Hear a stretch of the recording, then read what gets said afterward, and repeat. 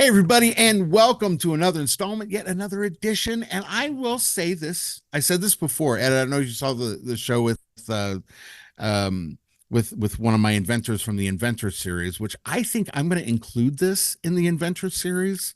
You know what I'm saying? I think this has to be, but I said we're going on an adventure. And I think that is exactly what we're about to do. Guys, this is going to be so good. We got Ed Pettersen, friend of the show. We got Gregory Frost. But okay, do you guys mind if we pay some bills first? I kind of have to, you Pay the know. bills. Let's pay. Greg, you are so cool. You're like, pay the bills. I love it. All right. Listen, if you want anything, everything, and what's okay, I'm gonna go to the author. What's another word for anything? uh Gasp. I blocked immediately. Another word for everything. Yeah, anything or everything. Totality. I don't know. Totality. Shut. And, There you and go. we're in the month of the eclipse. Shut the Hmm. front door. If you need anything like that, document it. And let me tell you something else, Ed, you're going to love this. We are now including billboard ads in Times Square. We just got a deal for that.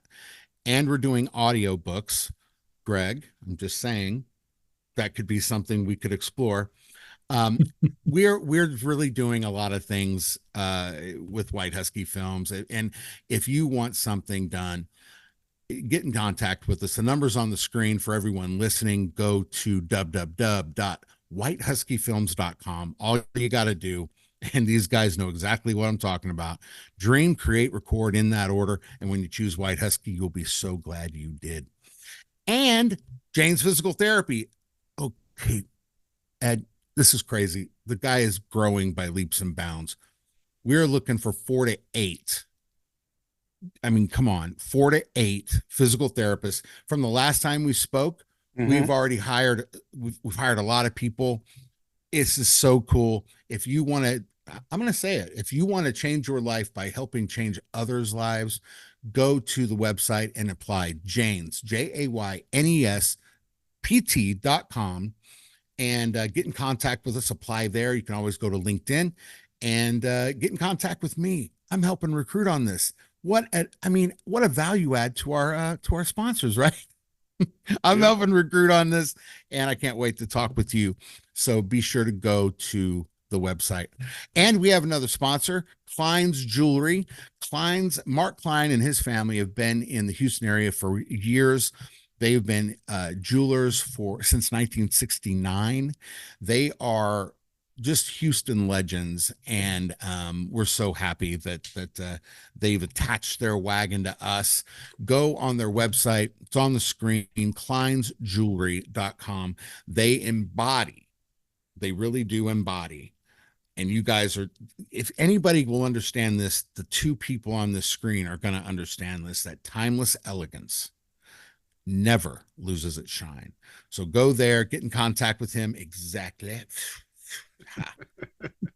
And I get this joke wrong, but it was so funny. Mark said, "Tell him that if they're buying a house, celebrating in the house, or in the doghouse, go over to Klein's Jewelry."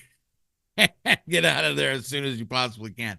But we're really happy that they're a part of the team now, and so go there. They're great. You're wonderful. Now, oh my gosh, on with the show. Everybody knows Ed Pettersen. He has been. Did you hear that? I got it right this time. You did. You did.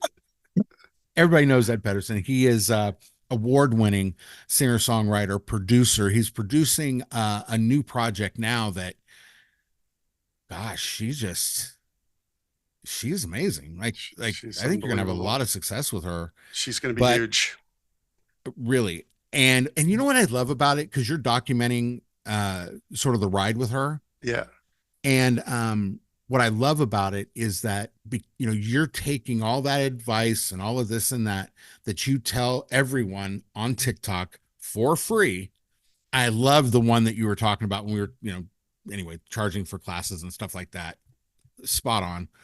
Um, but you're actually putting everything that you're saying in the journey. Yeah. And Well, I mean, it's fantastic. and to Hannah's credit, we're talking about Hannah McCartney here. Oh, sorry, Hannah Yeah, McCartney. I'm yeah, sorry. yeah. She's amazing. She's 22. She's going to have a long, fruitful career with or without me. It doesn't matter. She's amazing, but she listens. So I can give her all that advice that I hand out for free to people, but Hannah listens and she gets it. So well, has she recorded? Yeah, where are you recording that? We recorded at Blackbird here in Nashville. Okay, I know that studio. It's amazing studio. Had she recorded in a place like that before? No, that was part of the journey with her, is that she made an album before this, excuse me, but they weren't too happy with it. It did well. But you know, they didn't treat her, how do I put this delicately? They treated her like a rookie. Yeah. And that's what they did. And instead of recognizing what was there and the and potential, nurturing it, right? They just said, "Oh, you're a girl and you're a 20-year-old girl, so you don't know anything. We're going to tell you what to do." And the best how incredibly weird. It's the stupidest thing ever. I tell that story around Nashville to my fellow musicians and producers, and they're like, "What? Right? What?" And exactly. I'm like, the same reaction I did. They just can't believe that any professional, which is in quotes here, would do that to an artist whose money they're taking. So to her credit, well, and if I don't know about their points or whatever, but not only they're taking, but they're losing the money they could be making. That's ridiculous. But you make more money by being better. Hello. So anyway, yeah. So let me so you and the amazing Henry Kaiser have just released an album called Riddles Wisely Expounded. You put out a single called the Three Ravens. Right. And I thought, that is so cool. Then I find out it's mostly improv. And the whole record is improv. The entire record. Gregory, have you heard the album? Oh, yes. And it's all improv. Okay, that was a revelation heard right here on Work Crew Wednesday. So, my gosh, so I'll tell you something that'll really blow your mind. Excuse me.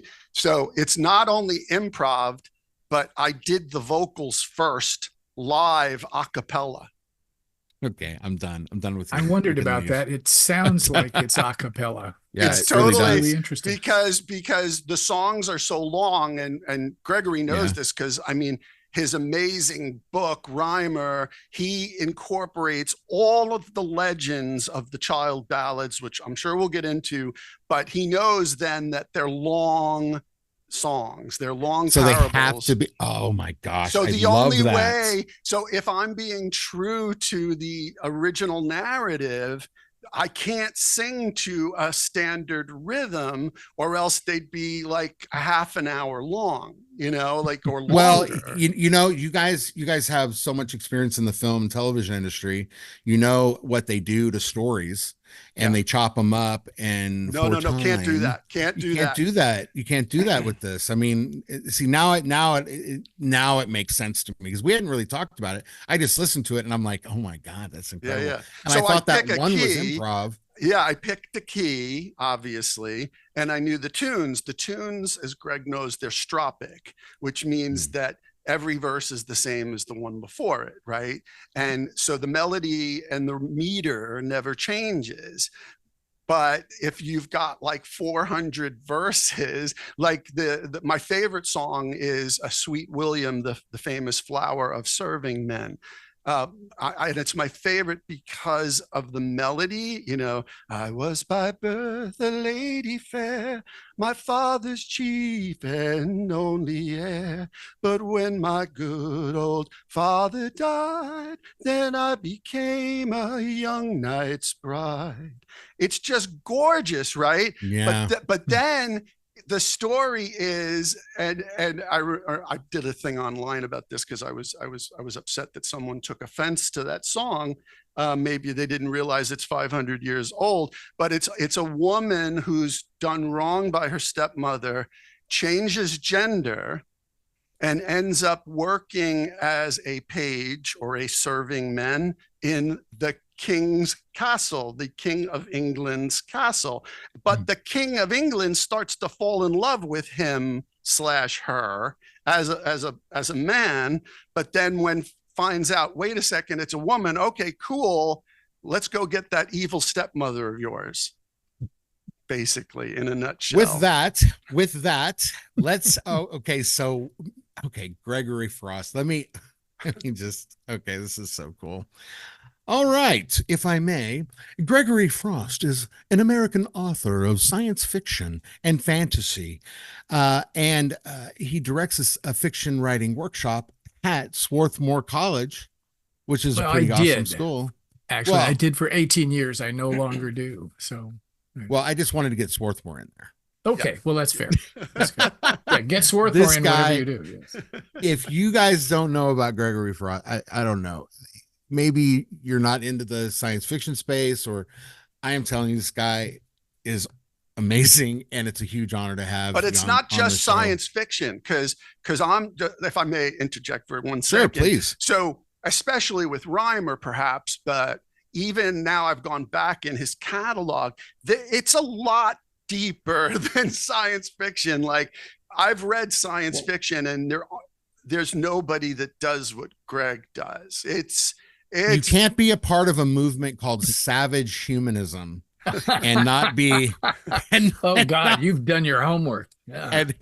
And not be deeper than you know what I mean, because you're right. Like I like that. Thank you for correcting that, because sometimes science fiction can be looked at as, like, you know, as deep as a puddle, you know what I mean? But this goes really oceanic, if you will.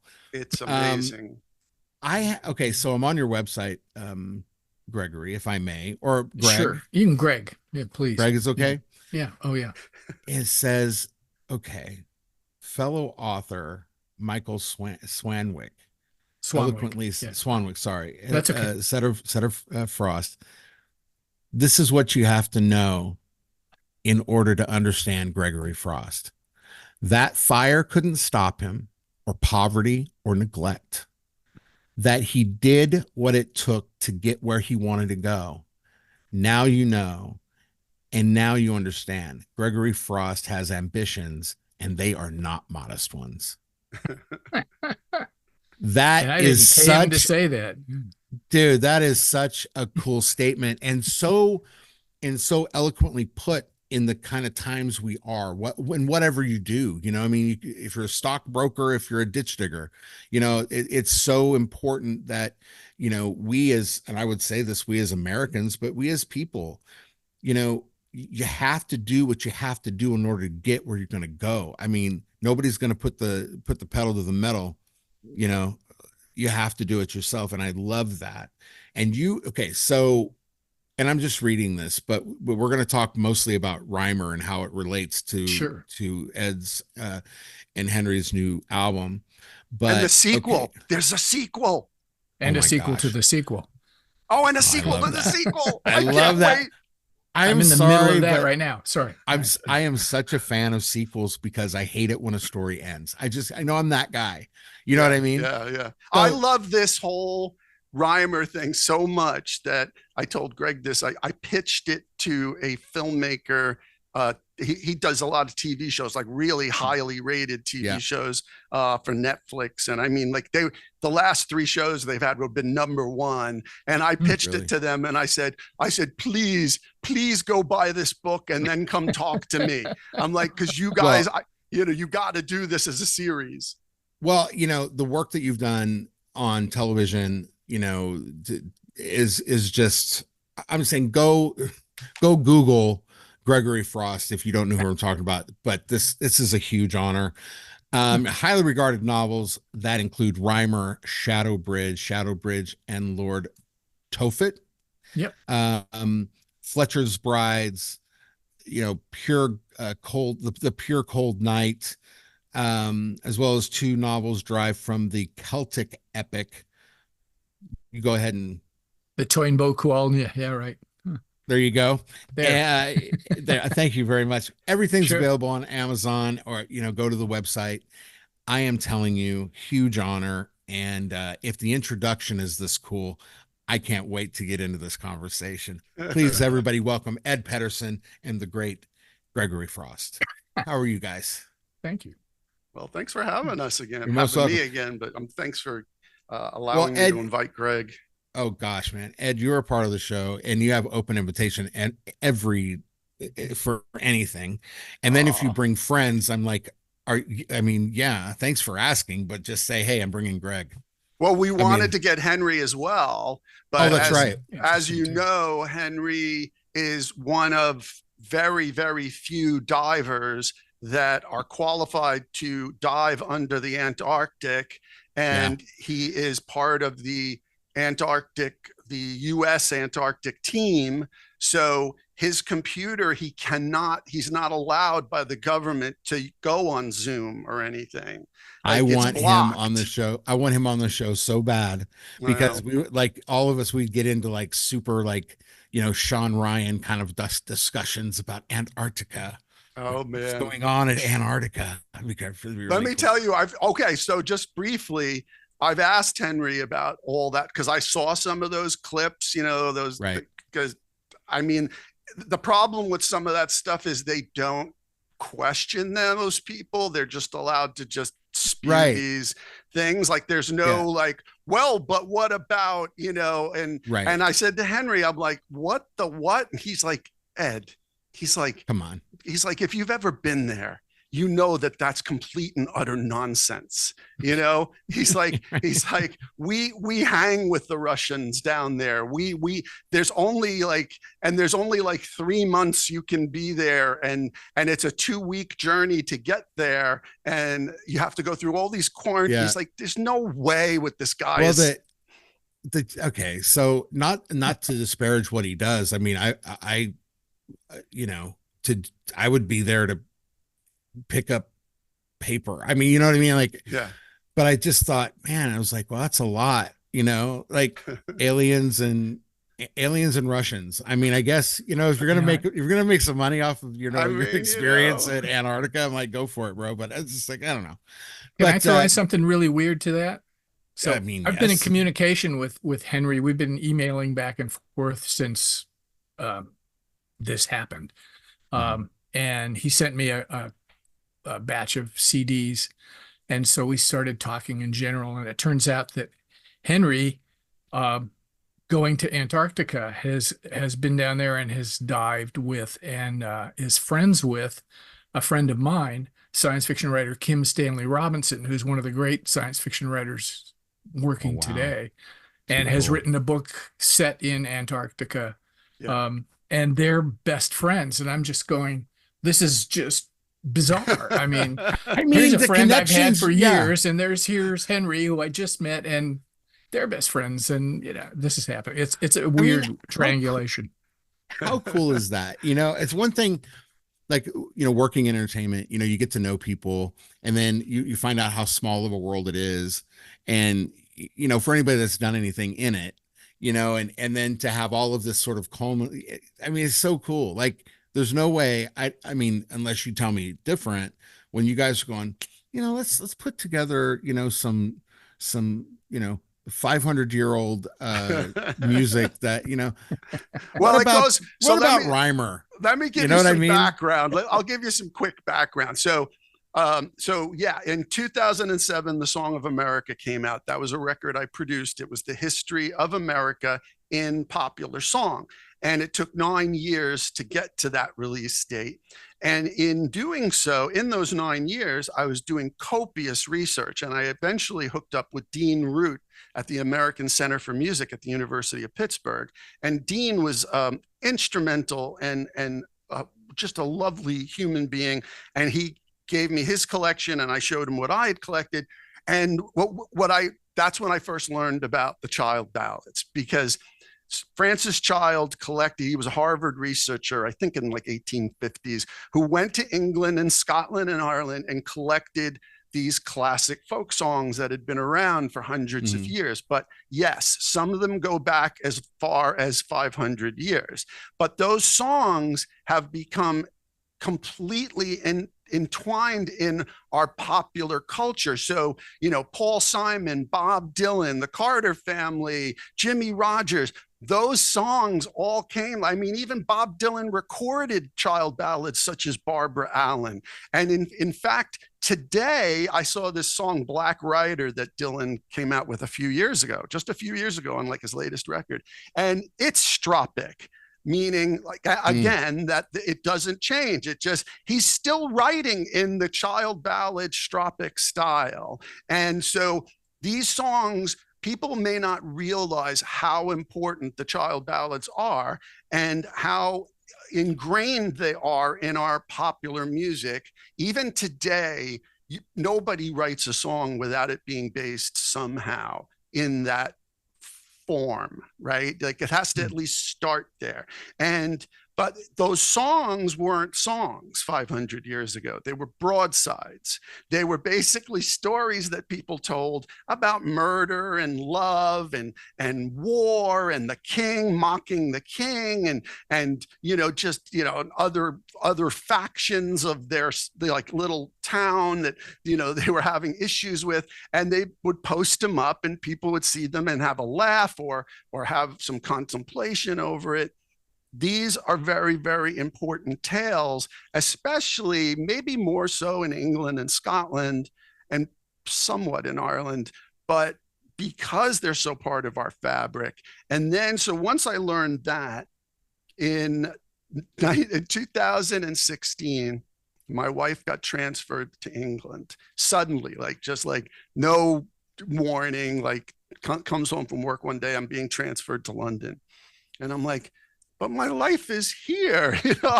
I'm a music producer in Nashville, for God's sake. And she's like, don't worry. They're going to pay for everything.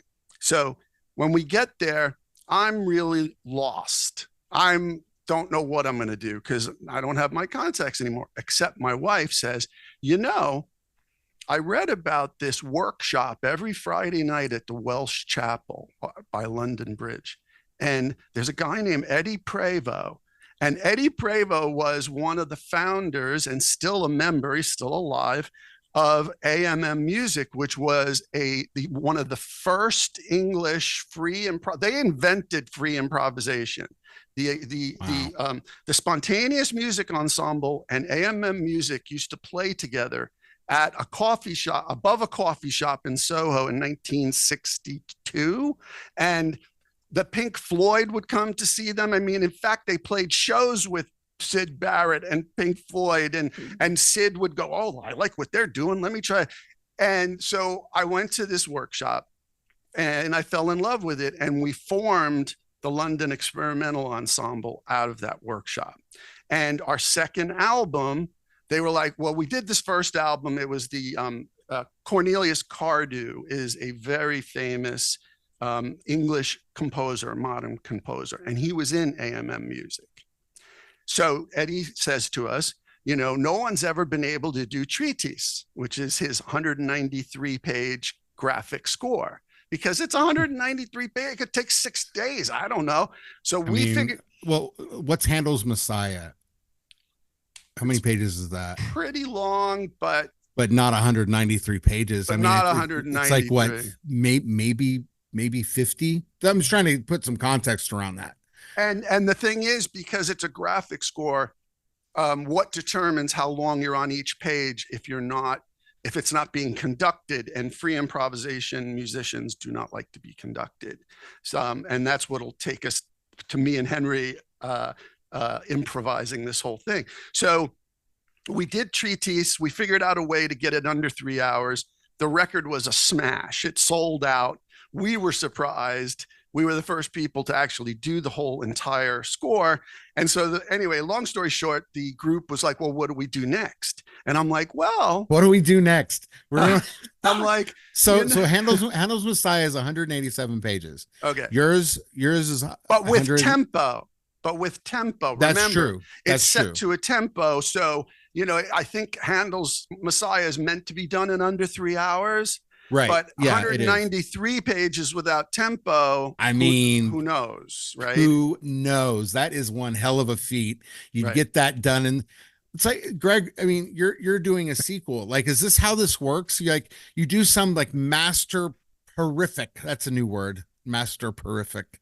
Amazing masterpiece. And then just as creators, our next thing is, well, that was great. What's next?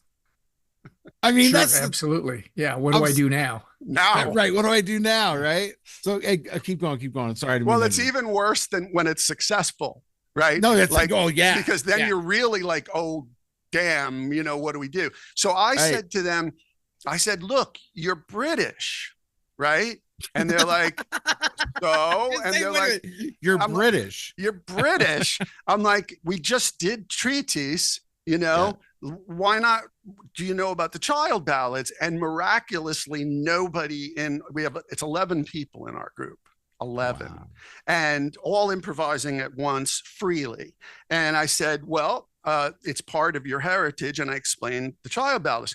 We did that record did really well. But how many child ballads, as Greg knows, they're bloody long, some of them too. Yeah.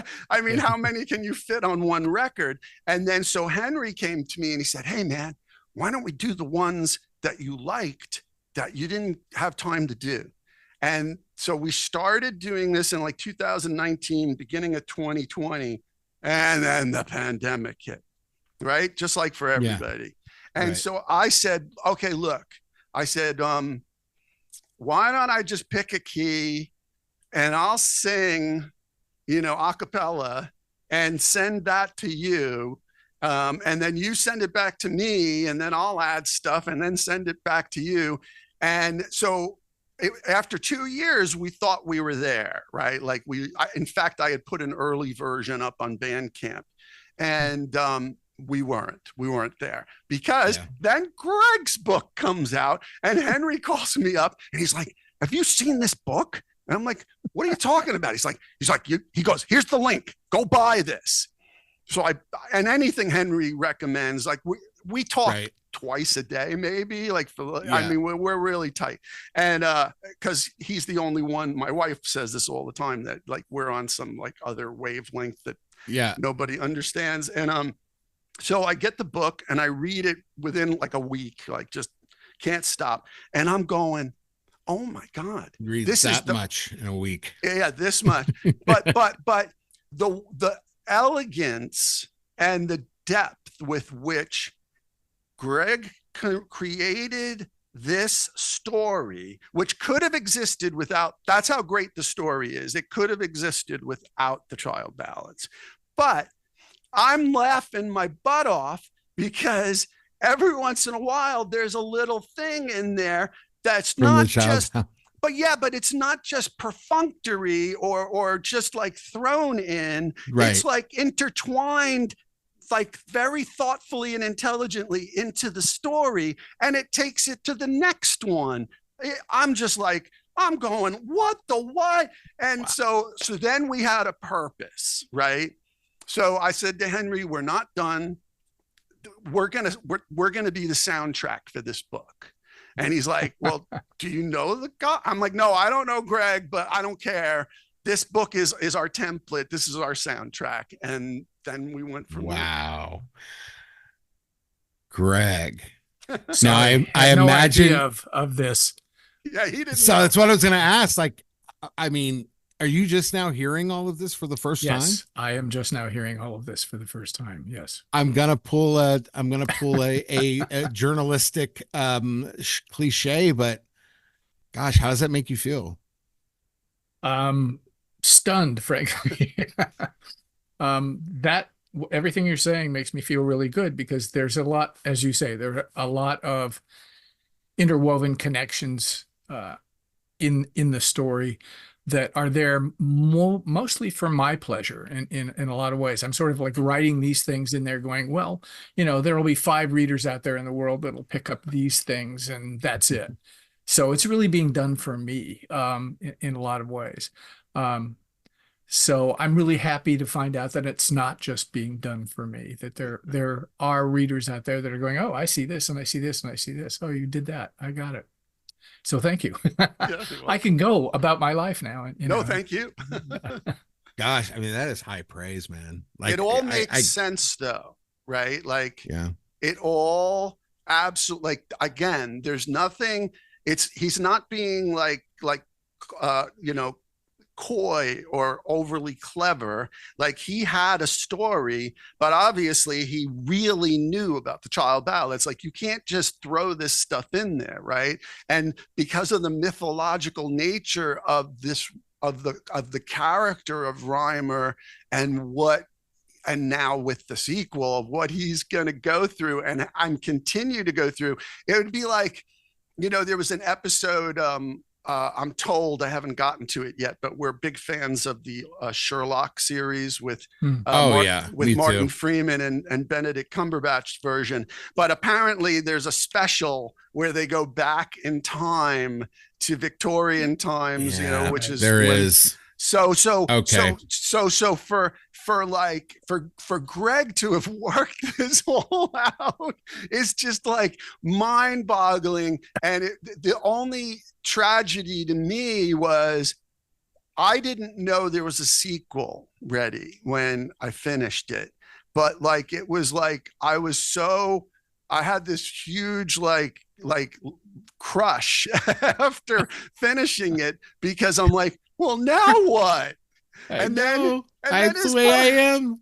His publisher tells me, his publisher goes, oh man, well, yeah, there's a sequel coming. And I'm like, what? Oh my God. Okay. So time travel, I am a big fan of time travel stuff. I just love it. And then sort of like, you know, really breaking down, you know, well, if this happened, would that happen? And then if that happened, would it actually affect the future I came from? Or would it be a whole new timeline? Are there timelines? Are there different things that you have? You know what I mean? Or is it so simple that if we did go back in time, change something, said something, whatever, what would the consequences of that be? And would it be on the same timeline? Or again, would it make it different? And how many timelines do we actually have? And it gets all sort of esoteric sort of thoughts, you know? So I mean, I'm sorry. You're referencing an entire subdivision of science fiction right there when you say that. Brother, I'm a junkie when it comes to that. So I just love it. Okay, if you love it, and this will play into, and this is how I identify, because I saw this series just before I started Greg's book. There was a British series, I think it was 2 years ago, where one of the main actors, he's British, obviously, and he was in Line of Duty, which is like the top British cop drama. Yeah. He was in Peaky Blinders. I can't remember the actor's name, but he's brilliant. And he was in this time travel thing where he kept, oh no, I'm sorry, go ahead. Sorry, I'm sorry. Anyway, I'll remember and I'll send it to you, because he was in the time travel thing. So it's a British series where somehow this guy found a way through these scientists to go back to the 1800s and then scam the stock market by getting in early, right? Because he knows what the next hit, what history is, and become a very, very rich guy. And then his great grandson in like 2040, I think it was, then is running this, like, you know, he basically I don't want to ruin the whole thing, but so he destroys the world so that he can own the world. Basically. Oh, man, it's insane. It's so good though. I'll find the name of it. Have you read the one? Oh gosh, even the illustrations look like Baron Trump. I forget what the name of it is. Like the Adventures of Baron or something like that. Oh my God. And even the illustrations from the and it's from the late 1800s, look like Trump's son. Like, I swear to God, this looks like it. Like, that's crazy. But the point is like, if someone can create a series like that, right, then Reimer makes total sense. Like, from what you're telling me, and I cannot wait to read this book. I confess, I have not read it yet. You gotta. I am sold completely. Don't feel bad. Just go buy it. I'm gonna buy exactly. it right now. Good That's gonna idea. assuage Right. my it's gonna assuage my guilt, and it's going to spark, But you're oh, I gonna be can't hooked. You're wait. gonna be hooked, I'm though. already hooked. I'm I I hope haven't telling so. even read a you. word. I mean, and then there's One, the archery element of it, which, yeah, I by the know. way, It's like, what without, is that about? oh no, but that leads into the sequel. Oh no, no, no. Go to his website and you'll see why. It's on his Do website we give that now. away or Oh not? my Yeah, gosh, we right. got it. Yeah. Okay, so we got to go to gregoryfrost.com. Yeah, Uh, sure. and because I'm looking at it right now, one man battling through time. Shut There the you go. front door. I gotta see, or I Dude, gotta read I'm this. telling you. This is incredible. That would be like already. That's a TV show. Yeah. That's Yeah. my really. plan. Yes. If people at Netflix would like to pay attention, yeah, that was the Yeah. plan. The idea that each of these books is set in a different time. And because he has, I'll give this 1 point away in the first book, because he has become immortal through his relationship with the elves, the Evog in the book. Oh my God, there's Um, elves in this too. Yeah, Yeah. man. You got to have Oh, elves. that's Yeah. awesome. We know they Gotta have exist. I'm elves. Norwegian. Yeah, You gotta he have moves through elves. time. So the second book is 100 years set 100 years after the first book, and it involves him kind of accidentally becoming Robin Hood. Um, and then the third book is set in Elizabethan England and involves him becoming a spy for Walsingham and Elizabeth, and again has elves and such things going on in it. So it's sort of a 3-book series that kind of is open-ended at the end of it as well, and could continue to go on and on and on through Oh, that is so time, as it cool. were. Yeah. But yes, I like the idea. I like the idea of a TV series where every season we're in a different time frame, in a different city, in a different place.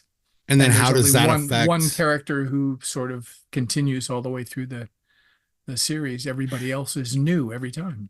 I tell you, it's not uncommon to have these thoughts where it's like, we look at the world today and how ridiculous it is, and we go, okay, Doc and Marty really screwed something up, and they need to go back and fix it.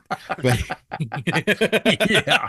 like, what in the world happened? Yeah. But this is so okay. I'm gonna ask the prototypical question.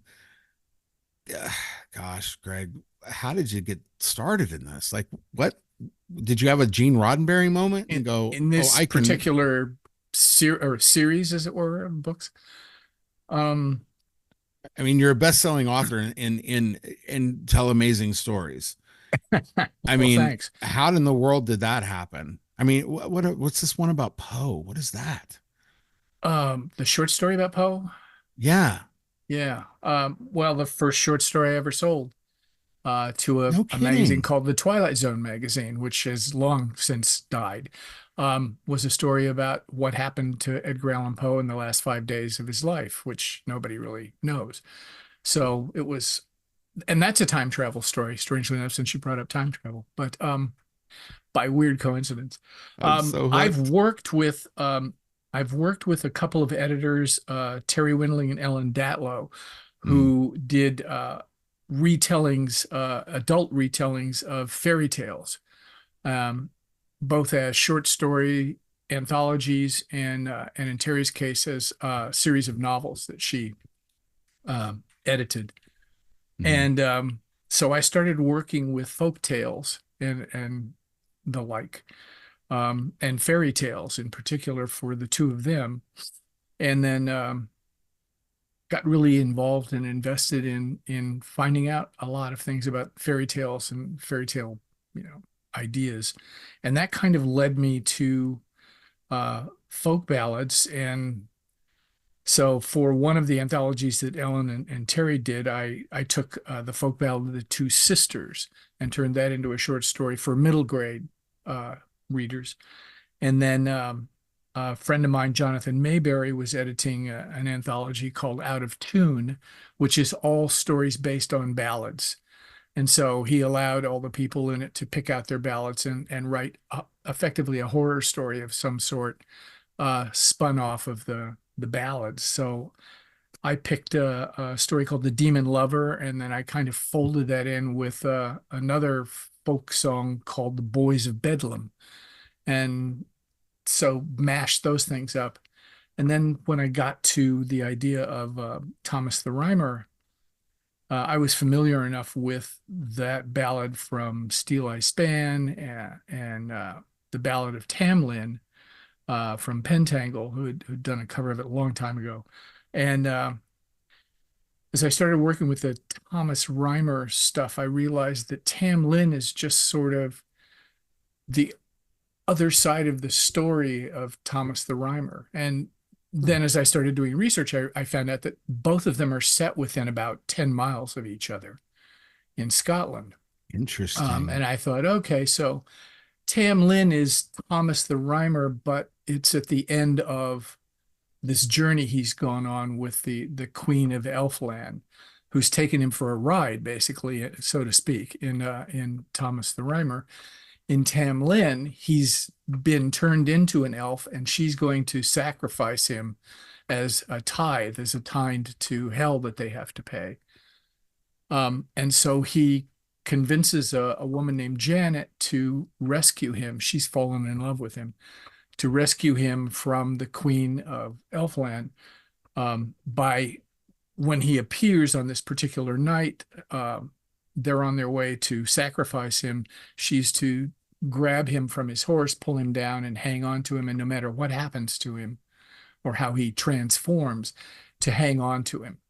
And she succeeds in doing that, which I guess is a suggestion that her love for him is truly deep and pure. She won't let go of him. And finally, the Queen of Elfland just says, oh, I quit, I give up. He's yours. You can have him because you clearly want him that much. And she leaves, and that's the end of the story. So it's like that's Thomas the Rhymer as well, and Tam and Tom are variations of the same name. And in some versions of or some of the historical reference to Thomas the Rhymer, his full name is Thomas Lindsay Rhymer de Erceldun, which is now the town of Earlston. So it's Thomas Lindsay, and Tam Lin just seems like it's the same name. The same It's name. just been kind of, messed about with over a period of a couple hundred years as these two different ballads were written or entered into the folk matrix, as it were.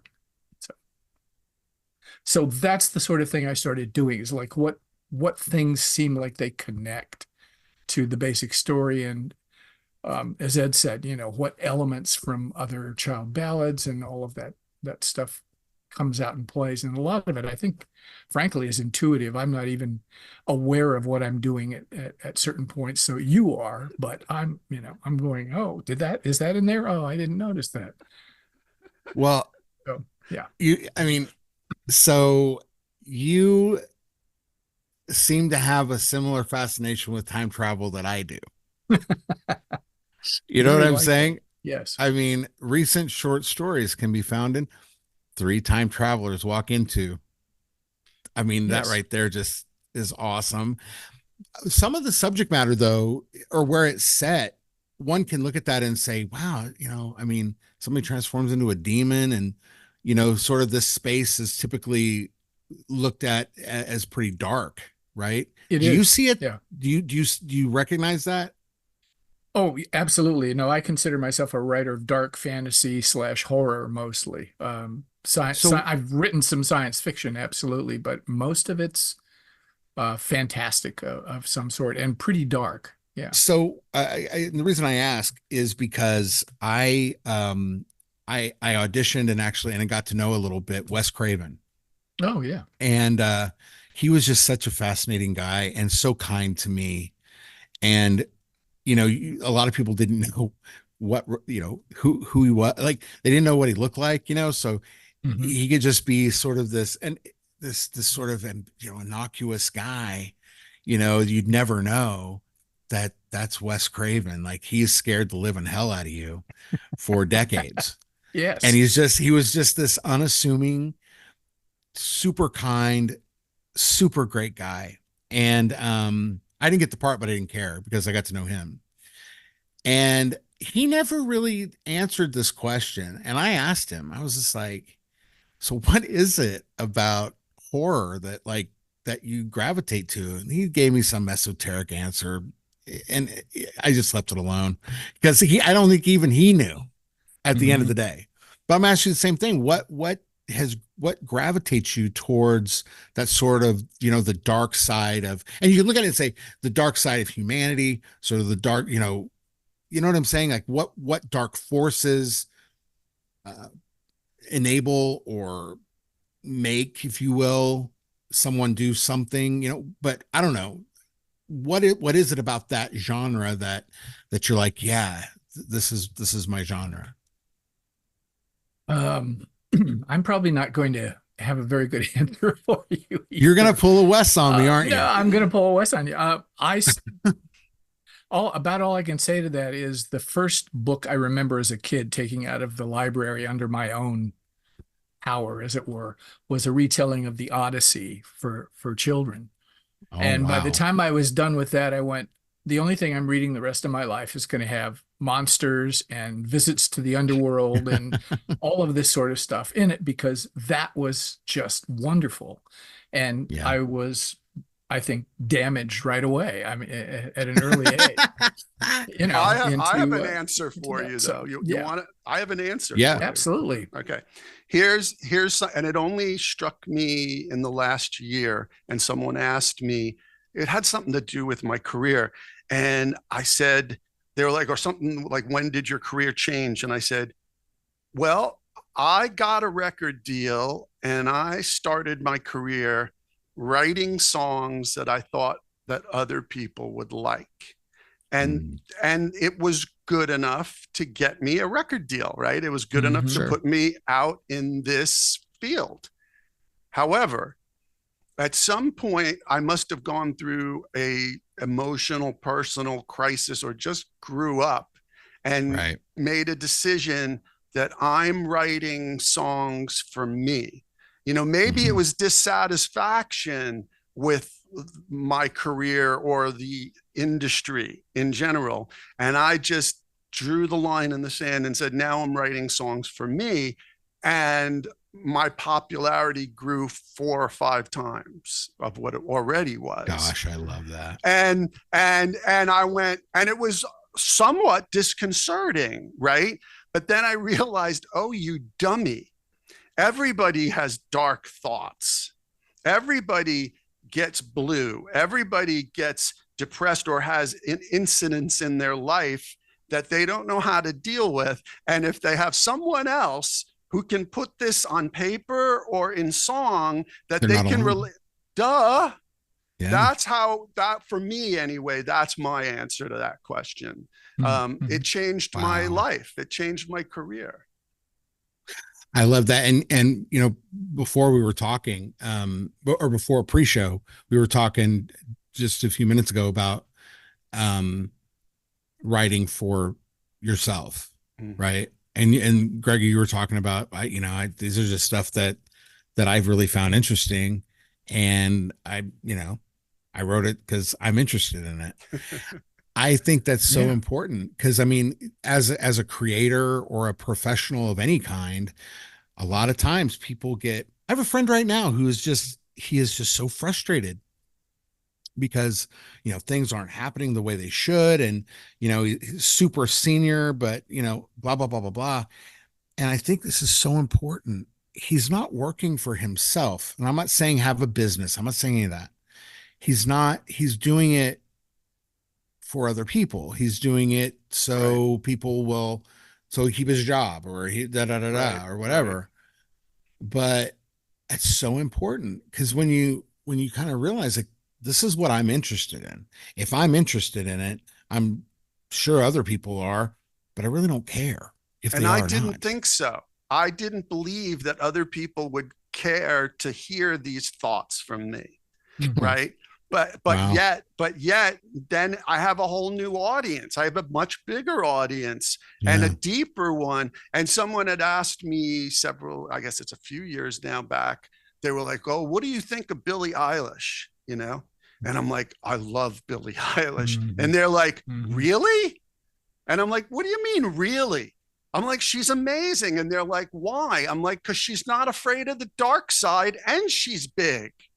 Like, think about it. Yep. She could have sounded like Taylor Swift or Olivia Rodrigo, and nothing against those artists. They deserve all the props in the world, but they're going for a different angle. They're going for a different audience.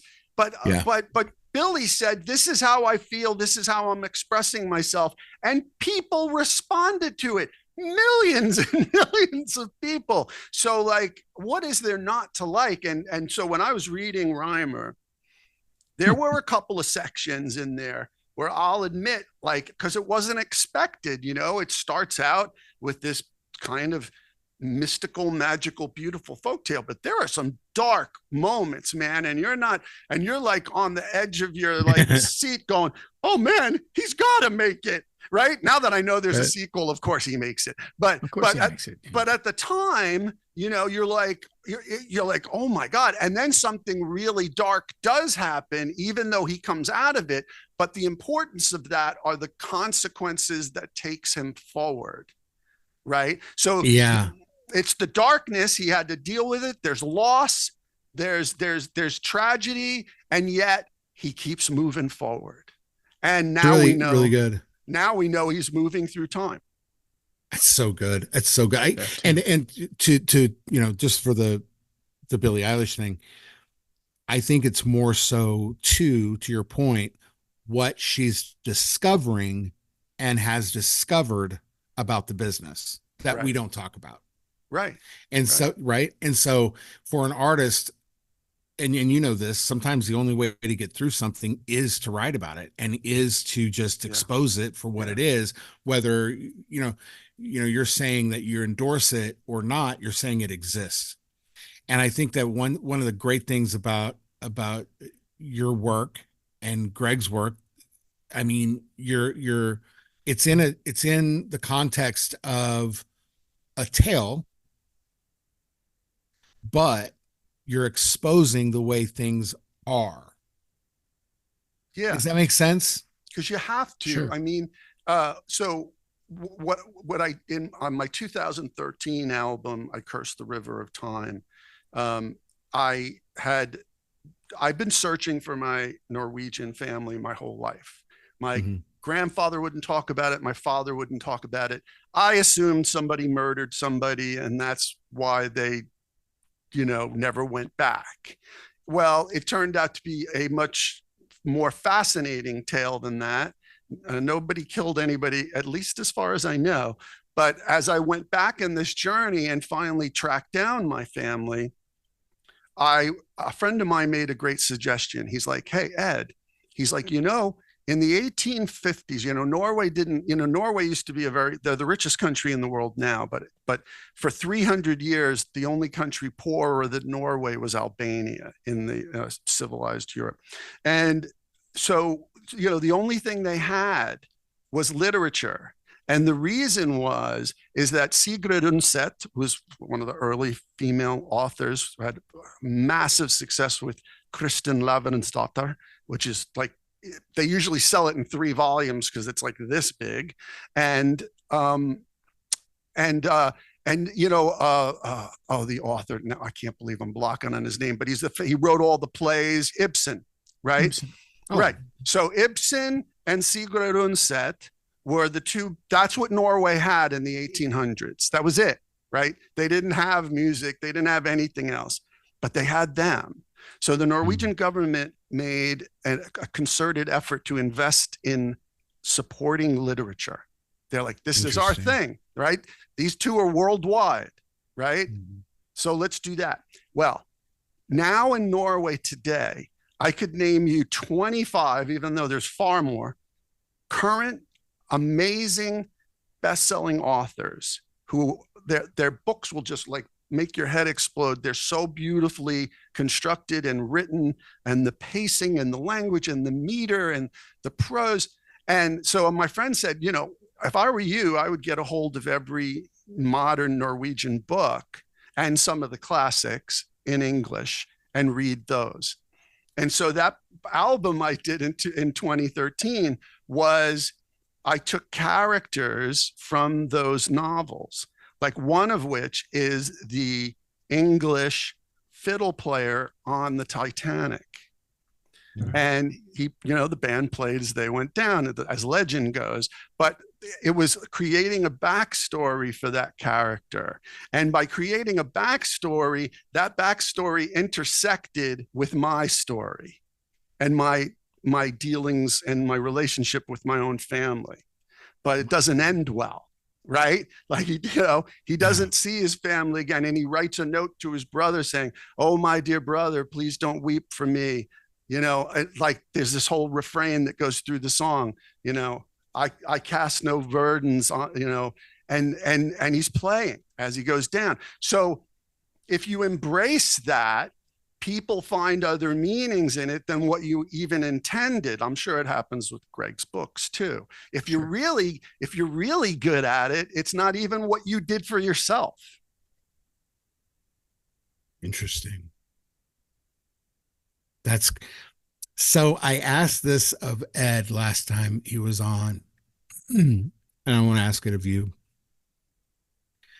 You've been writing a long time, and you've been publishing a long time, and highly respected for a long time.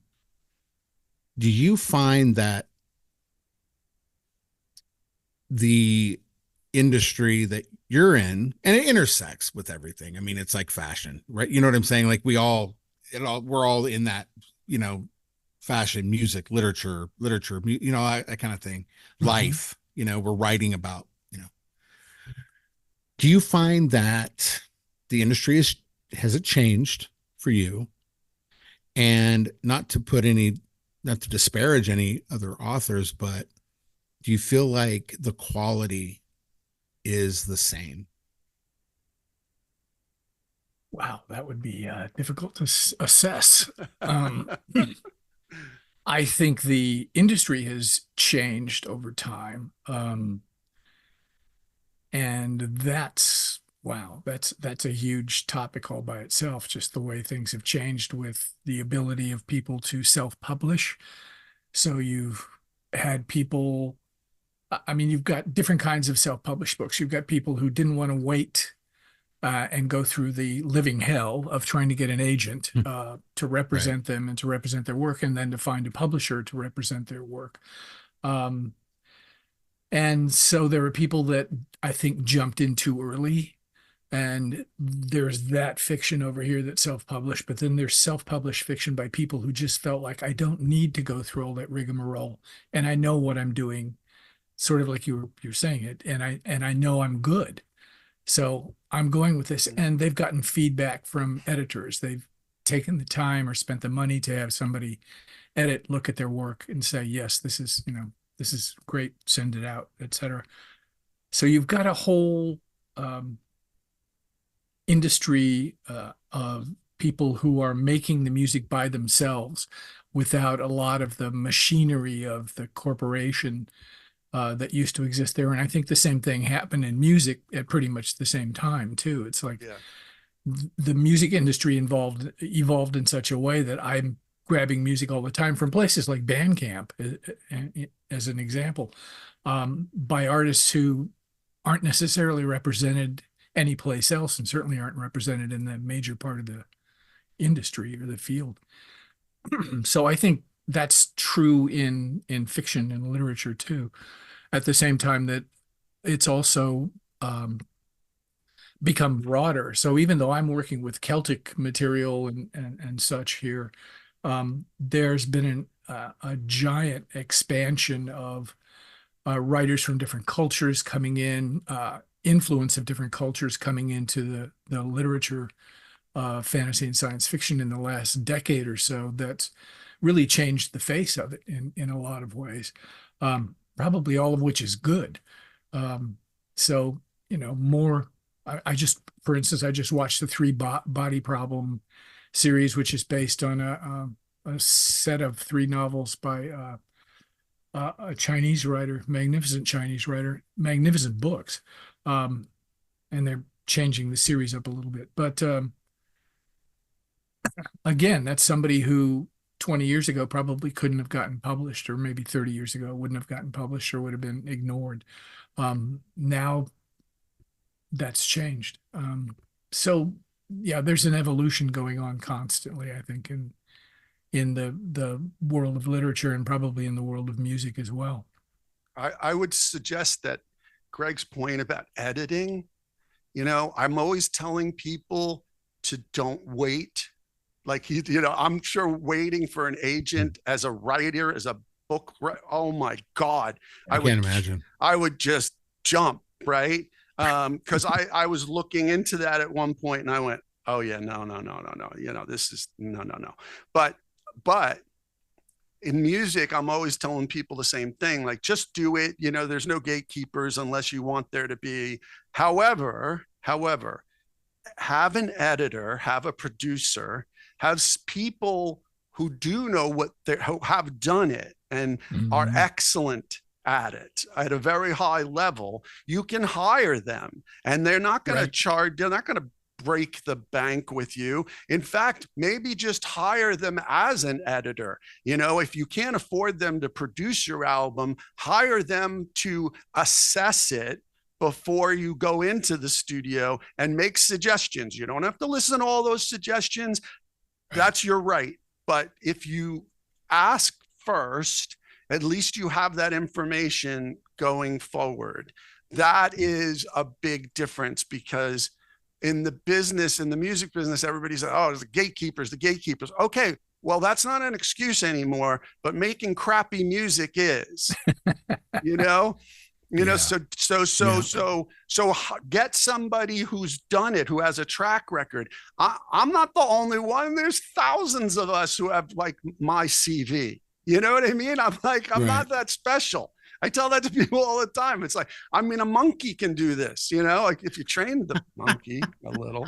But no, you know, like it's just, you know, it's common sense, you know, get people who have done it before, find your niche, find your genre, find your milieu, find people who you respect in that milieu and hire them to the best ability that you can, to what your budget allows, and then go make your mistakes, you know, but to make your mistakes in public, especially as a writer, oh man, that's brutal. That's tough.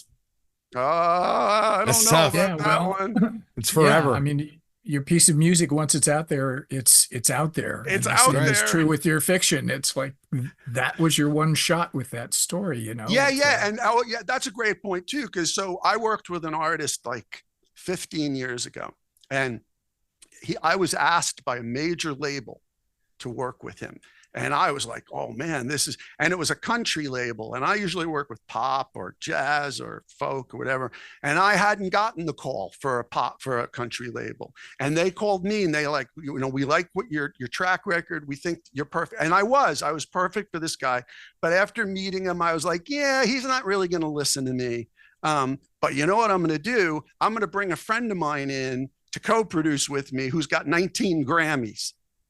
Right? Because how are you going to argue with that? Like, the guy's got more Grammys. So we got together and okay, that settled him down a little. And the point I'm making is that we worked with him for 6 months and then he decided, screw these old guys, I'm going to go do it on my own. And he made the record with his friends. He released it and it did nothing. And no one's given him another chance since, because once it's out there, that's what you're being judged at. Right.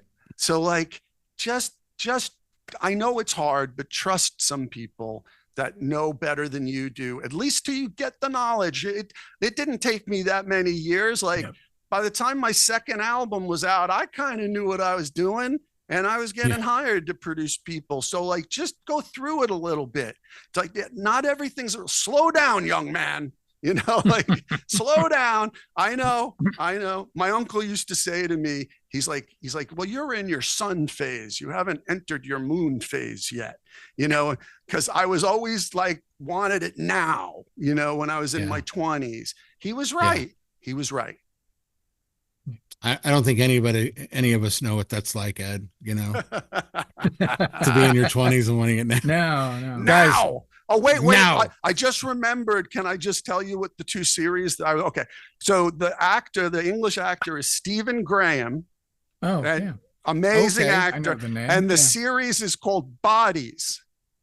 Body. Oh, Okay. yes. It's I on know. Netflix Okay. now. So That's right. it was on BBC or something. But Such here's a another one. weird. I mean, it's crazy. Dude, here's one that hopefully you can find it. And if you can't find it, I can find it for you. I won't say more than that because I know where I can get it to you.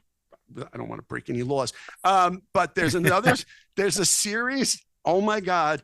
You're going to thank me for this one. There's only 2 seasons. I don't know why they canceled it. It was probably some argument between the producers and HBO or something.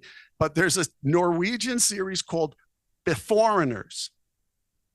Okay. Beforeigners. And it's about a time hole that opens in Oslo Harbor, and people start coming. Greg, you're going to love this. And people start coming through it, but not just from like 100 years ago or 1,000 years ago. Neanderthals start coming through it. But because, wait, because Norway is a socialist country, they're going to assimilate these people and give them skills and jobs and places to live. And all mayhem breaks loose. No kidding. And it's like a cop drama, but it's a comedy, but it's a time travel. The Foreigners. That's all. It's also a treatise on socialism. Yeah, I love it. I love it, guys. We are speaking.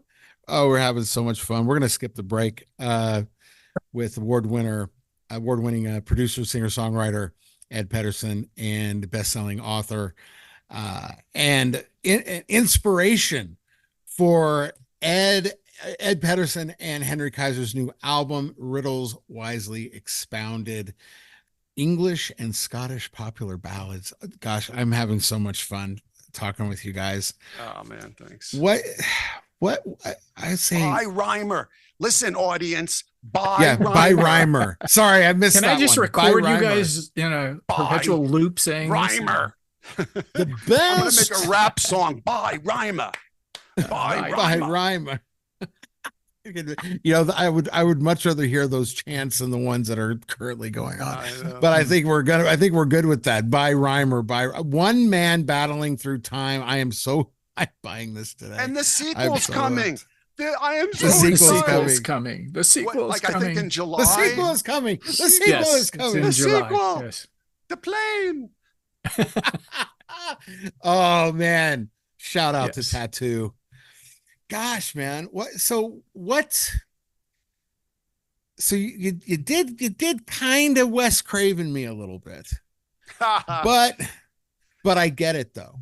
I mean, you know, like growing up the way I did, and you know, in the sort of the gospel music sort of space, you know, a lot of this stuff was like, oh no, don't, you know, and but really, I mean, you're dealing in the way I look at it is that, you know, there's one area where, you know, when you're reading horror, it's far scarier because you're developing the movie in your mind.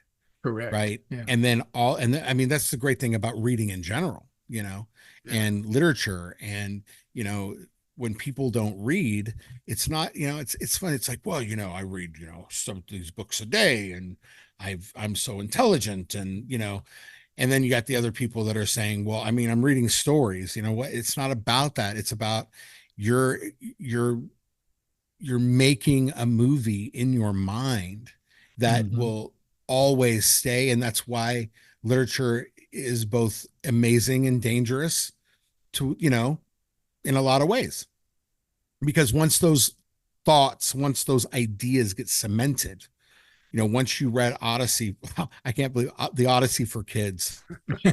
Odyssey for kids. Yeah. I mean, think about the demented soul that edited that one. You know, it's like, oh, they're going to love this one, you know. Not to mention the demented soul that read it, but yes, I agree. Well, right, exactly, right. But listen, or what it became. Brad, here's the thing, right? Like, one of the most dangerous things in our society, in our world, and holds many of us back as well, is fear. Oh right? yeah, absolutely. It's fear, is Yeah, being controlled by fear. Well, 1000%. writing these books, writing songs that are darker, you're not being controlled by it. It's you're letting it out, and then other people who have those same feelings, like you said, okay, sure, you could read into it and you're creating a movie in your head that maybe even filmmakers could never imagine and could be more dangerous. But by putting it out there, it's I think that the problem for maybe I don't want to speak for Wes or for Greg, but I can speak for myself that, you know, by letting it out there, I have a lot less fear As the artist, as the artist. as a writer. And Yeah. I love, even if someone misinterprets my work from what I intended, I actually love hearing, you know, their interpretations. I love getting their thoughts on it, and I'll go, huh, okay, cool, because then I never would have thought of that, but then that takes me someplace else too, maybe for some future project. So and it's a way to control the fear within ourselves and within the audience, right? I love that. Yeah, I love that. That's probably why it's a tough question to answer, or to at least answer broadly, because that's all it is, man. Like I finally got to the point where I said, nope, no more. I'm doing what I feel. Right. And if I feel I love that. It's dark and it's this and you know, like I said, reading Rhymer, there were 3 or 4 parts where I'm like, oh no, no. Wait, only that. 3 or 4? No, yeah, right. Maybe That's more. fine. And but there was a reason. And it's also part of life. Like, you know, what's the toughest thing we have to deal with is loss, right? Yeah. I mean, loss. I mean, I've said this a million times to people, if I would give anything to have my mom back for a day, just one day. I mean, I'd give up my entire career just to have it. I know a day, that sounds silly because it's just a day, but it's loss, right? It's just like, that's the hardest thing. But that's part of fear too, because, you know, in Japan, like I lived in Japan for 2 years, and the greatest lesson I learned, and one was from a descendant of a samurai, you know, like hundreds of years back. And he goes, Ed, do you know what your problem is? And I'm like, what? He goes, here, he's like, we consider ourselves dead from the minute we're born. He's like, we know we're going to die. Are we going to die in battle, in glorious, heroic battle for something important? Or is it just going to be 80 years from now? He's like, it doesn't matter, because every day that goes by, you're slowly going towards that end. He goes, so as samurais, we're trained to think that we're dead from the minute we're born. And that way they had no fear. They had no fear. I love that. I heard a sermon one time where this guy was sort of illustrating a similar point. And he said, if you ever look on a gravestone, it always has 2 dates. He said, but nobody thinks about the dash in between. Right. You know, what are you going to do in that dash on that road in between those 2 enormous dates? Right. You know what I'm saying? Well, wait, I'm going to write that I absolutely love that. I'm gonna write that. I absolutely. That's going to be a new song. Hold on a second. Hold on. Sweet. The whole compression of a life into that one little dash. Yeah. In that one little dash. I mean, you know. Okay, now I'm good. My wife and I went to. There's so you know, COVID freaked us right the hell out, and so we went to a really famous graveyard here, cemetery in Houston. Howard Hughes is there. You know, if most of the street names in Houston are buried there. Oh, okay. And I just thought, you know, I had this, I mean, you know, monuments to these lives, trying to tell you that dash was significant. Right. And it really struck me, man. It really did. It was just like, you know, you compress, like you said, Greg, you compress a whole life on that dash, you know? and people are, but what that dash is far more consequential is in how it influenced other dashes. oh, good. Yes, absolutely. Right. Like, I don't need a 1000%. building. I don't need a building or a plaque or some whatever, you Yeah. know. It's like when and I'm not saying this is right or wrong, but when I was a kid, I played team sports, right? And to me, like, it's a team.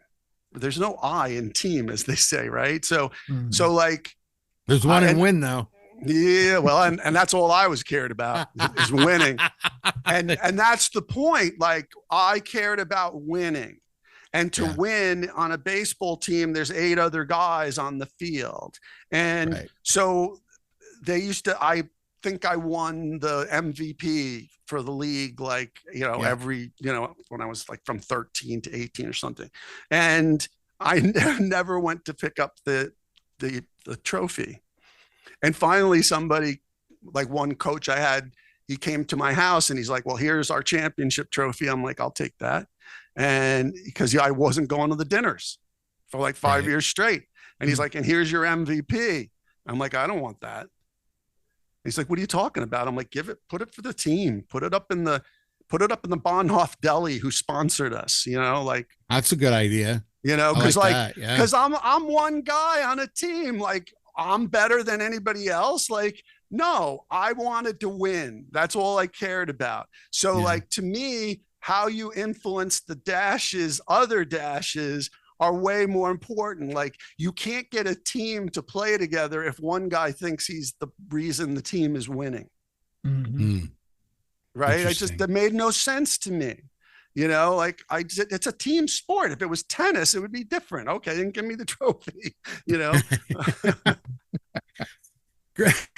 Greg, I want to ask you this too. So, Ed and I were both musicians, and, we're odd people. We just are. But, when I talk to authors, and to be fair, I mean, I think I've spoken to one other author in your genre, but I found it so fascinating that, and I can also put it back to Wes. I mean, he was a director, but he also did a little screenwriting.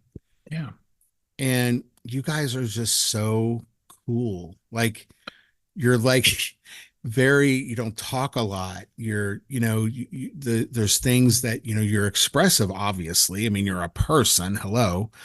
But these fantastic stories just come out of you, right?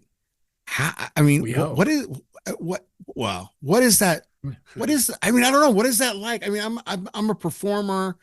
My thing is, I want to make people happy with my music or whatever I'm doing, and sort of an extrovert a little bit. Would you consider yourself to be an introvert? Yeah, probably. Yeah. So what's that like to write these fantastic stories and just be like, I mean, we were talking about the ads. You go, let's do the ads.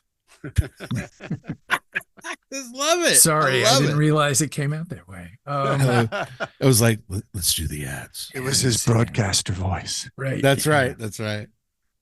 Yeah, I love it. Man. Get off my lawn, right? That kind of voice. Yeah. I am 2 years away from get off my lawn. I'm telling you, I'm at the age where I have to lie up. Mm-hmm. Well, the life of a writer is not terribly glamorous, contrary to however it's portrayed in movies. You're basically sitting in a room by yourself, either with a pen or a computer, laptop, typewriter, even, whatever. And just thinking, and the little hamster's turning in the wheel. You hope something comes of that. That's so it's not a terribly glamorous life, and you're even if you're an extrovert for the time you're writing, you're sort of introverted. You're off by yourself, trying to sort of, do you think that helps inhabit a different place? Do you think that helps the writer? Like an extrovert, it enhances sometimes the performance. of a song, do you think that trait is really important in a writer, or do you think it's just an individual thing? I'm just saying a lot of you guys are very introverted. I think I think it's an individual thing. I really do. Yeah. I mentioned Kim Stanley Robinson earlier, and I think Stan's probably something of an extrovert, certainly compared to me. And he's gone all over the world and done all different kinds of things and written different kinds of books. So yeah, I don't know. I don't think that makes a lot of difference as long as you can be isolated and work in that kind of environment. And it doesn't even have to be isolation. I mean, one of there was a writer named Preston Sturgis back in the 40s and 50s who also was a director of screwball comedies, wrote like brilliant screwball comedies. And he took some of the money that he'd made from his movies and he bought a nightclub. And there was a table set aside for him in the nightclub. And he would come in while all this crazy stuff is going on, everybody's screaming, yelling, drinking, bashing, having a really good time. He'd sit at his table with a manuscript and he's working on his next screenplay while all of this chaos is going on around him. And it was sort of like the noise sealed him in a way that you wouldn't naturally think would be the case, but it did. It sort of like isolated him in a weird sort of way while he was writing. I do that sometimes with music. And a lot of times I'm just sitting here in total silence with my own thoughts and trying not to realize they're my own thoughts necessarily, but trying to see the movie in my head as you were describing it and sort of follow that path and see where it goes. And I suspect musicians do that too. It's like you're telling a story, you're following the structure that you're setting up, and whatever you put in the previous verse is leading you to the next verse, to the next verse, to the next verse. Yeah, we have the advantage of Brad knows this too, is like they're mini movies.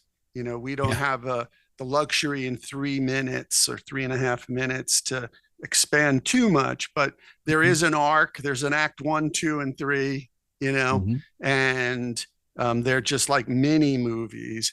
I was, one thing that I gravitate towards writers, my original, I went to school for theater.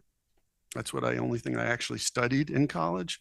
And it was to be a playwright. And I only went to school for 2 years, but when I moved to New York City, I was fortunate enough to hook up with a very brilliant writer named John Bishop, who wrote, 50 plays.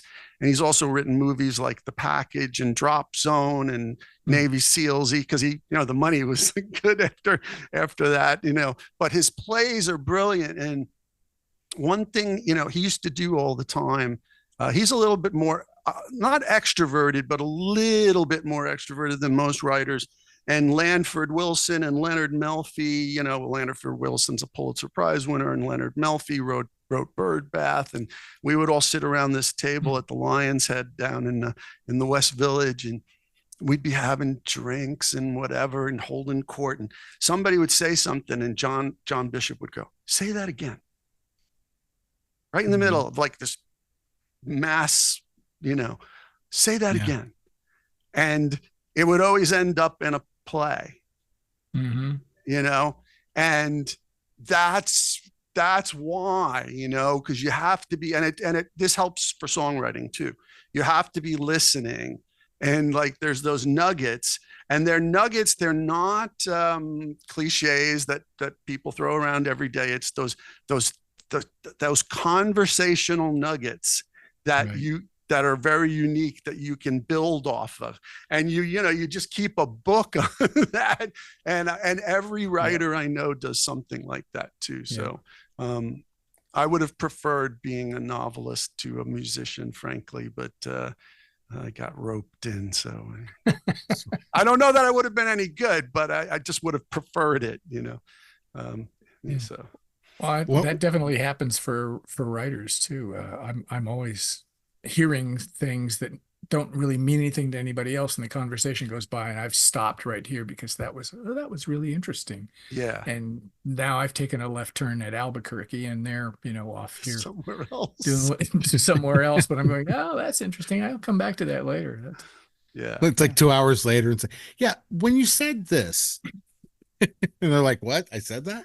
Yeah. I can't believe it. Yeah, it had no meaning for them. Right. Yeah, it just triggered something in me. Yeah. It's like, wow, that sounds pretty good. When I was reading the quote about you, Greg, and it was saying that you had to overcome so much adversity and you overcame it. Yeah. Okay, so what tell us about that? Like what kind of things was he talking about? Well, what he was talking about was I was an art major for 3 years in college. I thought I wanted to be a painter. I grew up drawing and writing my own comic books, and I thought I wanted to be a comic book illustrator, that sort of thing. So I went to art school, and the second year in art school, I took a night class in short story writing, and I started writing short stories. And I discovered that the more I wrote short stories, the less interested I was in painting. It was like, you can either do this or you can do this, but your brain doesn't want to do both. So what are you going to do? So the third year in art school, my apartment burned, caught fire and burned. And 3 years of charcoal drawings and oil paintings and everything just went up like that, because oil paintings, yeah, they make great kindling.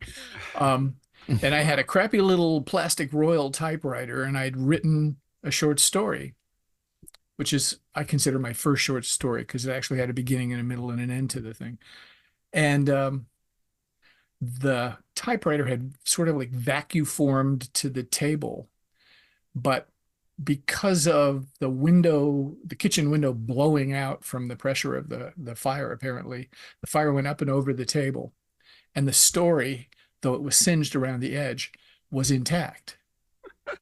And it was sort of like, okay, please, no more signs. I get it. Thank you. This is good enough. I understand what you're saying. Thank you, God, and yeah. And that was it. So the adversity Michael's talking about was that, there was a fire and it took out sort of what I thought was going to be my career. And instead it sort of gave me no reason not to go down this other path instead and look into that. So I went from visual arts to, the written arts, as it were. How cool is that? It wasn't cool at the time. I know, but I mean, it's like, yeah, that's just so cool. It's like that. Yeah. You can't get a better sign than that. I mean, it's like, if you're looking for signs, that's the one that you want to pay attention to. You don't want another one either. It's like, okay, that's enough. Don't want another one. Thank you. Yeah. One was enough. I get it. I mean, some people just love to get their ASS kicked like all over the place. You know what I mean? Yeah. So, oh gosh, I just love this so much. I love this so much. Now, your book is everywhere. This album is on Bandcamp, but now where are the other places we can get it? Well, there's going to be a CD soon. Henry and I are just, we got the artwork. It's just a matter of getting it sent off. We wanted to be positive. We were done since thought we were done twice. But no, we're good. And we're probably going to have it back in a few weeks. And then it'll also be on Bandcamp, but it'll also be at Amazon and wherever we can get it out. Sweet. Yep. I can't wait to get mine. I love CDs. I'm sorry. I like Henry does CDs too. And Henry was like, it's got to be a CD. It's got to be okay. All right. Well, especially with, there's a lot of people with albums, I wouldn't say similar, but down the same path that's how they, it's either on vinyl or CD, Well, it couldn't be vinyl because there's 80 minutes of music. It's actually 81 minutes, but only 80 will fit on a CD. So we're going to have to trim like some openings and beginnings a little bit here and there to make it fit on a CD. This music is so theatrical too. Yeah. Like, I mean, you hear a door open. Have you heard it, Greg? Yes. Oh my gosh. You hear the door open, the birds are, they're doing all the thing. you know. And Well, I gotta tell you, my yeah. wife loves ravens. I call them demon birds, but she is like a raven. She loves them. She's like, they're so smart, like, you know, yeah, and they yeah. really are. Like, they are no joke, you know. And that But you know, song, that Ravens became Johnny Comes Marching Home. Yeah. You Yeah. know, and how many yeah, other songs over the years? Like, I mean, I could easily, like when Henry and I went out to Santa Cruz to visit Henry because I am moving to London in 3 weeks. And he knew that might be the last time we have the chance to be in the same room just together. have to move to Europe, I got, you dude, know. free healthcare, free healthcare. I Yeah, mean, you know, I know, I get it. and yeah, and I just hate driving, so I like being on the tube Yeah. or the bus. Mhm. And so I went out there, and he's like, "Oh, let's do a live version of Ravens." Like after, because we recorded a whole new album of improv live in Yeah. this studio, with properly recorded. And then he goes, "Okay," he goes, "Play Ravens," and I'm like, "Okay," you know. So thankfully, that's one of the few that it's a short tune, so I could memorize the lyrics. And so I'm playing it, and he goes, jam on it at the end so I can solo, you know, typical lead Yeah. guitar player. So I can solo, you know. And I knew anyway going in, he was going to ask for that. So I'm jamming, and then it was totally live. I went, waiting for my man, you know, and just threw in little Lou Reed at the end of it, you know, because it So was awesome. it made sense to me, you know. And Henry was like, wait a minute, where did that come from? I'm like, I don't know. I just threw it in, you know. It was better than Johnny Comes Marching Home, you know. And he's like, I was waiting for my man. And I'm like, yeah. So that's it's song. It has, like, I heard like Old West movie. You know what I mean? Like, I heard that, and then, you know, then the sort of the broke stuff. You know, it's like the dude, whole thing. That song has got to be 100 other songs since it was written. At least. I mean, it's amazing. You hear it's it amazing. all the time on, like, you know, Civil War songs and stuff. And right. God knows. And that's the point of all these songs. And that was what was so cool. I mean, I can't tell you that my eyes would just get wider every time I was reading Rhymer and one of those references came up, but in such a cool, brilliant way that I was like, oh my God, this guy gets it. You know, like, he gets it. And then again, like, so then Henry and I were like, okay, man, like, this is taking on a different life. We have to really, and we started redoing stuff, and you know, and to have started with a cappella vocals and guitar, it's crazy, which is how it all started. I sent him the vocals, he sent me back guitar, and then I went, I think I could put this on here, and I have these sounds, and it's beautiful because, like, you're scoring a movie, you know. And it's also pretty ballsy. I mean, you know, you're doing the vocal line first, and then you're building on the vocal line, not just the melody. And I'll tell you this, that it was a challenge for me because during this period, and that's why it took 4 years, I had 2 neck surgeries, right? Oh my God. So, and the way neck surgery works, which they don't tell you until you get in there, your vocal cords. They go through your vocal cords right here. Ed, so, I got to tell you, just on that. So, you know, Erica is my background director, right? Yeah, and she's got one of those purest voices I've ever heard. Like, really, man, she was not able to sing for 2 years. Wow. And then we finally went out. Friend of mine, they're in a band called TV Dolls, and one of the guitar players, Marie, she hosts this karaoke thing, and so we were like, oh, let's just go out and have fun. I hadn't, you know, really sang in a while, and Erica got up there and sang, and I'm just sobbing, you know. And then to see her, you know, get her voice back. It's a little different now, but she got her voice back. You know, it changes your voice. And so I had one, and because of I had this, you know, I was a hockey player, you know. Hey, kids, don't play contact sports. Seriously, I'm not kidding. I mean, you know, but so they did one, and then like a year and a half later, I'm like, hey, Doc, what's with this? Oh, yeah, we knew about that. Well, why didn't you do it the first time? I'm like a singer. Now you have to go through the vocal cords again, because it took me about 5 months the first time, 5 months before I could sing. And then the second time it was longer. It was longer, and my voice definitely changed. However, I definitely just, you adapt and improvise. And what I chose to do, I have a great, there's an artist that I adore called Scott Walker. Now, you know him as the guy in the Walker Brothers who sang, "The sun ain't gonna shine anymore, the moon ain't gonna fall from the sky," right? But after he left the Walker Brothers, he got weird. And I mean, he went far, far out, and he's got one of the most beautiful, but he embraced this other thing. He embraced this thing about his voice as he got older. And it's like, you got to listen to the last 3 or 4 Scott Walker records, because they will just like, there's a documentary on YouTube where he's like, we need samurai swords. And the engineer's like, what? What are you talking about? He's like, no, we got to get some samurai swords, because the sound I'm hearing on this are 2 samurai swords scraping. And they're like, what? And then he goes, okay, and on this song, the percussion is going to be meat. And they're like, what? Meat? Meat. What do you mean meat? I want you to get a side of beef from a butcher, and the percussionist is going to hit it. And then we're going to record that.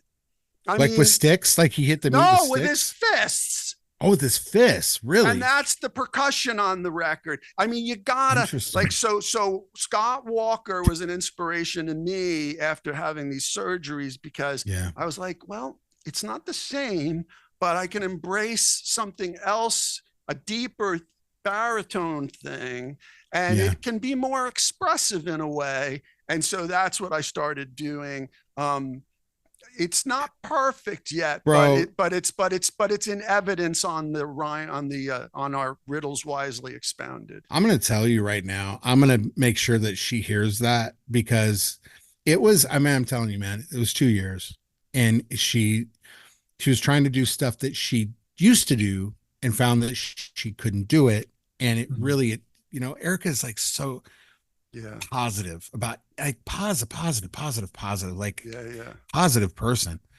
And it really kind of sunk her. And then when she kind of adapted, she was like, and it's rich, it's full, it's, but you just embrace something completely else. You don't try to be what you were. And that might be a good thing, though, for me anyway, because, and this goes back to what I said earlier about trying to make music for other people. Oh, yeah. Because when you're trying to write that kind of music, you're trying to sing it and deliver it in a certain way. And I'm not Don Henley, nobody is, right? Right.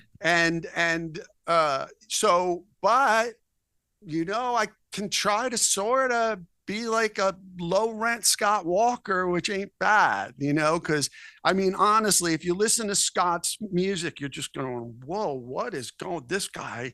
And it's just the way he expresses himself. So you just have to adapt and find, you can still sing, like, because singing, just like writing, singing is not about the act, right? It's about the intent, right? So, a lot of people can sing. I use this example many times when I give free advice on YouTube and TikTok. It's like, I got a record deal because I knew how to sing, but I didn't learn how to sing till much later in my career, right? Like holding an audience, entrancing them, caressing the lyric, Sinatra, dude, Sinatra. Right. Frankie, right? Like nobody was better at it than Frankie. But there was a lot of technique involved, and then it becomes, second nature.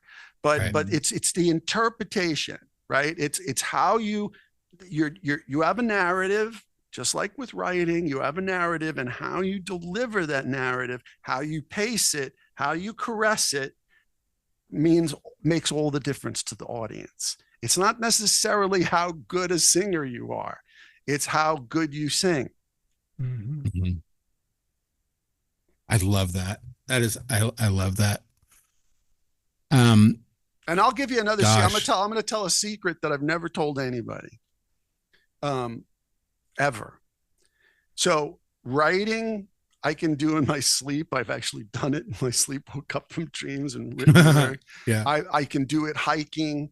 I can produce records, unconsciously, like, because that's all just memory, right? Yeah. Okay, here's the secret.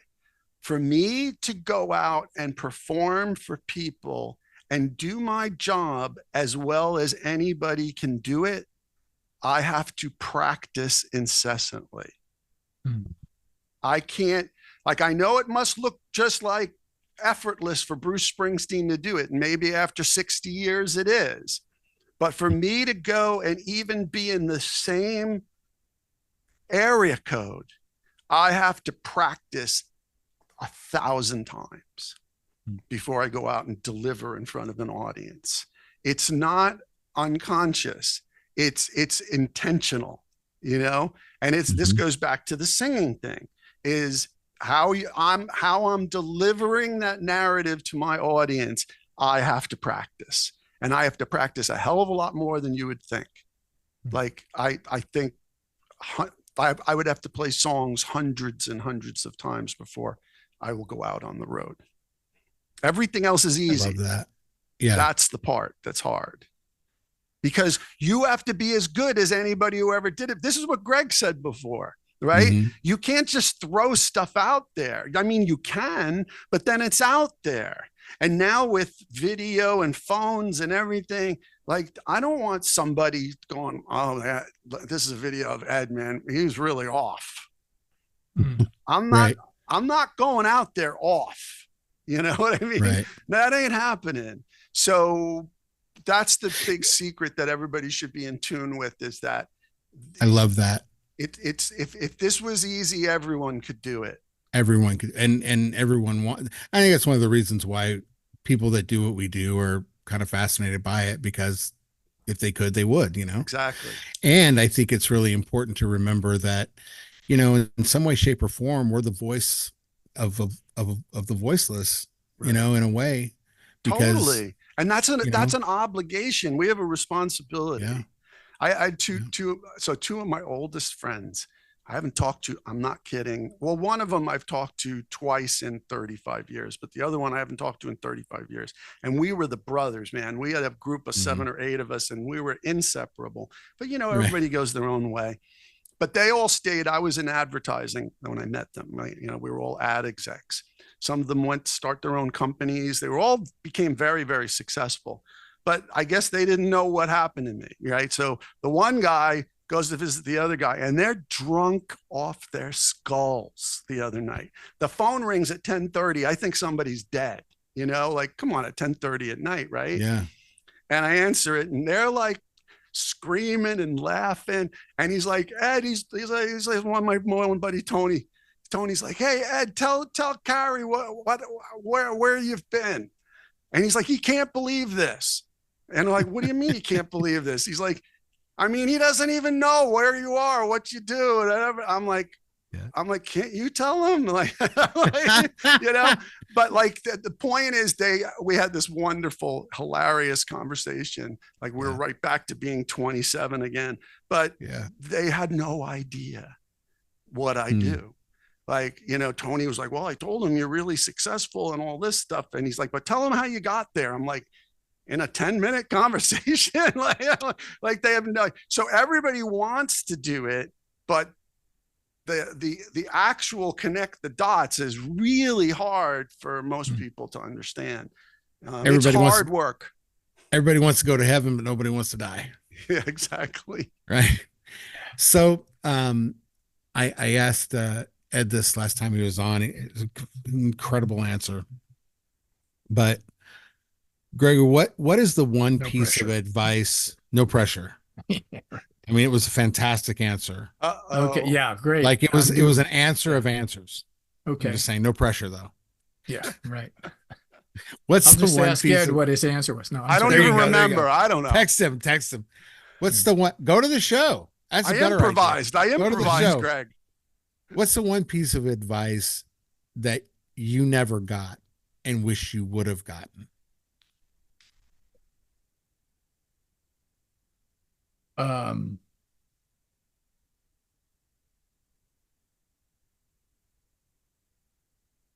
Probably stay the course. The idea that, this is going to take time.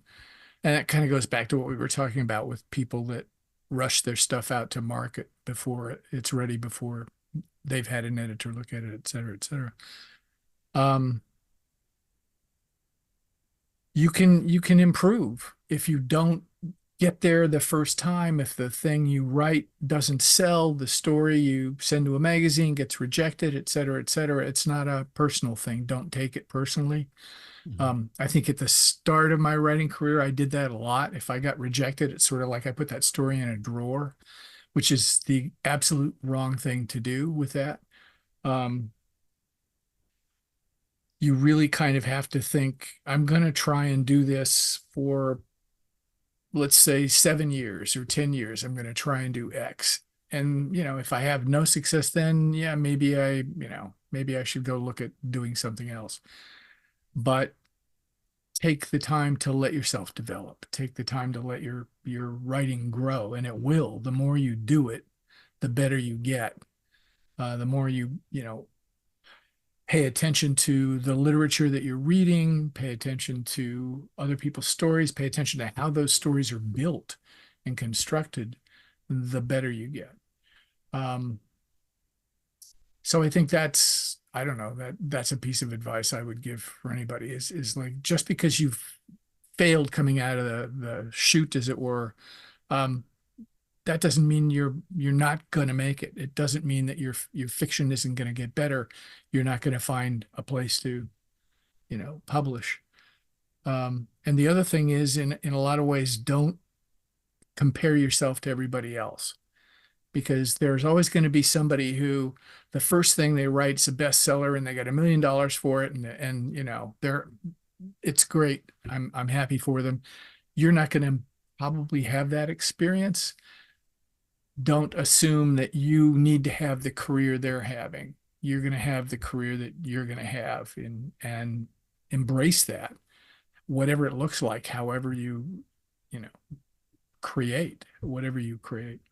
I don't know. Am I making any sense at all at that point? Totally. Absolutely. Okay. And it's so, and I tell you what, man, there's a lot of that hits home, for me. I really, like when I first started, I mean, Ed knows all about the hubris of my career. So stupid. I mean, oh my God, how infantile I was in a lot of ways. But that's how you learn, brother. I mean, Yeah. And when I was coming up in the 90s and the 2000s, it was cutthroat in a nice way. Like you get stabbed in the back while they're telling you you're great. You're great. Yeah. You know what I mean?